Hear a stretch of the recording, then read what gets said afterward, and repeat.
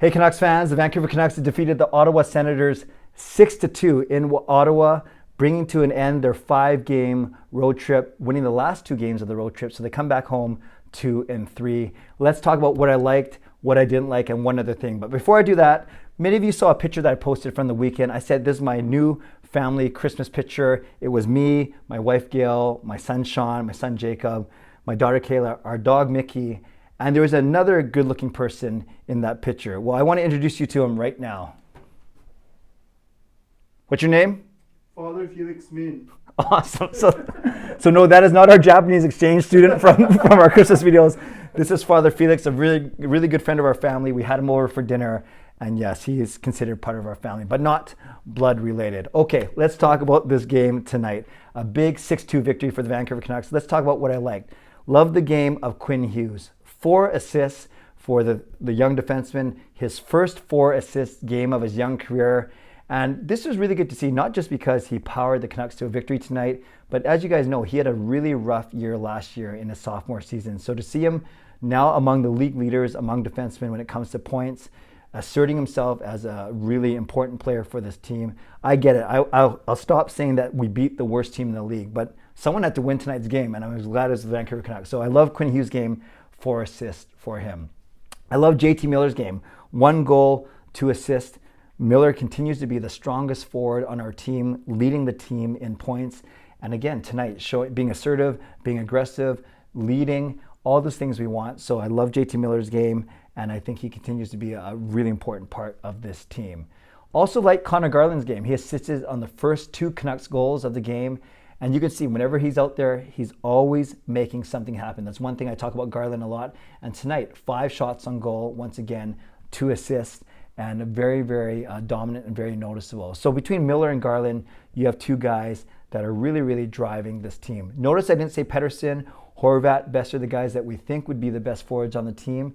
Horvat had a goal, Pettersson had an assist, it looks like. So, and Besser held off the score sheet, so we still got to figure out what's going on with him, but we're still talking about things that I liked. What else did I like? The Canucks power play. They went 2 for 6 with the man advantage. Now this is a power play that has been much maligned, a lot of people wondering what's wrong with it, but tonight to come through 2 out of 6, that's not bad. And on the flip side, on the penalty kill, the Canucks killed off 4 out of 5 Ottawa penalties. The only power play goal for Ottawa was the one by ex-Canuck, Adam Gaudette. So we went 2 for 6 on the power play, that's 33%. We went 4 for 5 on the penalty kill, that's 80%. That's a CCSTS, Clay's cumulative special team stat of 113%. 80 plus 33, you want that number to be over 100. So special teams were good for the Vancouver Canucks. So I liked Quinn Hughes, I liked JT Miller, I liked Connor Garland, and I liked the special teams. Also, I thought the guys that maybe you don't expect to score, they had really big games, and some of them even scored. Tyler Mott, you don't expect him to score. Luke Shen, who expects that guy to score? I know I don't. And Luke Shen had a 2-point night, 1 goal and 1 assist. So it's not just the top of the lineup players that are playing well. It's indeed the middle and the bottom of the lineup playing well as well. And I get it. I'll stop saying this. I get it was the Ottawa Senators. I get that the other victory was against the Montreal Canadiens, another poor team. But again, someone had to win those games. Okay, that's everything that I like. Is there anything I didn't like? Well, I didn't like the fact that I didn't get to watch this game, but you guys know Tuesday night I bowl, Wednesday night I do my religious education, and I do it quite happily, Father, don't worry. And so I wasn't able to watch the full game, but I've got bits and pieces, watched some highlights, and I'm looking at the stat sheet right now. Also, I guess the one thing where I was watching in the first and second period, I thought we took a couple undisciplined penalties, the Myers penalty, the Horvat penalty, but in the end, it didn't really hurt our team. So I can't really nitpick much that I didn't like in a 6-2 victory. I guess the only other thing is I don't dislike Adam Gaudette as an ex-Canucks player, but it's kind of fitting, right, that the ex-player for the Canucks is the first one to score. It was a 1-1 game at that point. It could have gone either way, but thankfully the Canucks had a 2-goal second period to open up the game and really not look back after those 2 goals. So that's what I liked. That's what I didn't like. Finally, one other thing. So this is a tricky thing. No one's saying that the Canucks are going to make the playoffs after a horrible start to their season. But they've won 2 games in a row. Yes, I know, against Montreal and against Ottawa. Yes, they are still at the bottom of the Pacific Division, fighting with Seattle to stay out of the bottom of the Pacific Division. But they have won 2 in a row. Now it sounds funny to say this, they're only 6 games below 500. They're 8-14-2. Just think, before these 2 games, they were 8 games below 500. So at 8-14-2, if we still hold out hope that the Canucks are going to make the playoffs, this is what they have to do over the next 58 games. They have to go 36-18-4.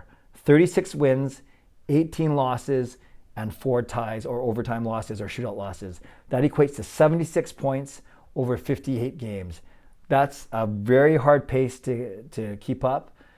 But if there's any reason why you might think the Canucks might have a chance in scratching and clawing and fighting their way back in the playoff picture, it's because 10 of their next 14 games are at home at Rogers Arena. That's right. For the rest of December, 10 of the next 14 games are at home, and you're supposed to win more at home than you do on the road, even though the Canucks' home and road records are about the same. They're both really bad. So 10 of the next 14 are at home, and 6 of them in a row are at home, starting with Pittsburgh on Saturday, and then we go on the line from there. You got a Pittsburgh game, you have an LA Kings game, a Boston game, a Winnipeg game, Carolina, all in there. So, and I missed one. So there's Winnipeg in there too. So 6 games at home in a row, 10 out of the next 14. If the Canucks are to fight their way back into playoff contention, if they hold off the firings of a general manager or a coach, we can talk about that in another vlog, they now have a chance to do so in December. So December is going to, it's not rocket science when I say this, December is going to be a big telling tale for this team. They're going to fight their way back, or they're going to continue to flounder, and then we know that the Canucks will likely make changes heading into the new year. So there's what I liked. Special teams, Hughes, Miller, Garland, contributions from our lower in the lineup players.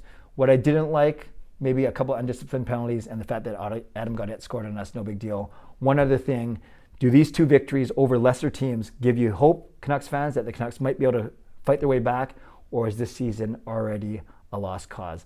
Leave in the comments below. Tell me what you liked, tell me what you didn't like, and tell me one other thing. I'll do my best to read, react, and reply as always. I want to give a shout out to my hero members, nucksfan number 29, Justin Credible, Lucas Gates, and Andrew Chang, and to Hall of Fame members, Jens95, simalexander, Chris Seifried, Adam Broomfield, Shannon Hollingworth, Carol Bovenlander, and HSM Fangirl Gaming. Thanks for your support, and thanks to the support of all members of all levels. Father Felix, these people actually contribute money to hear what I have to say. It's amazing. Yeah, they're very generous. So thanks for your support as always, and thanks to the support of all members. If you want to become a member of the CCC Crew, press the join button underneath this or in my videos on the memberships tab on my YouTube channel. And as always, this vlog is brought to you by Van City Experts Real Estate Group. Contact Jason Lim and his team for all your real estate needs. And by Perform and Transform personal training and weight loss, sign up now for a free 7-day trial using the link in my video description. As I shared with you this morning, I'm down 16 pounds, the lowest I've been since 2014. Thanks for allowing me to brag for a bit. Subscribe if you like to, like this video if you like to, become a member of this channel if you like to, leave a comment down below if you like to. What'd you like? What didn't you like? And tell me one other thing. And join me for my live stream, 10 p.m. tonight, where we're going to talk about this big Canucks win, and we're going to talk about if the Canucks have a chance to make the playoffs with a good December. Stay safe, stay healthy, take care of yourselves, and take care of each other. Thank you, Father Felix. God bless, and go Canucks go.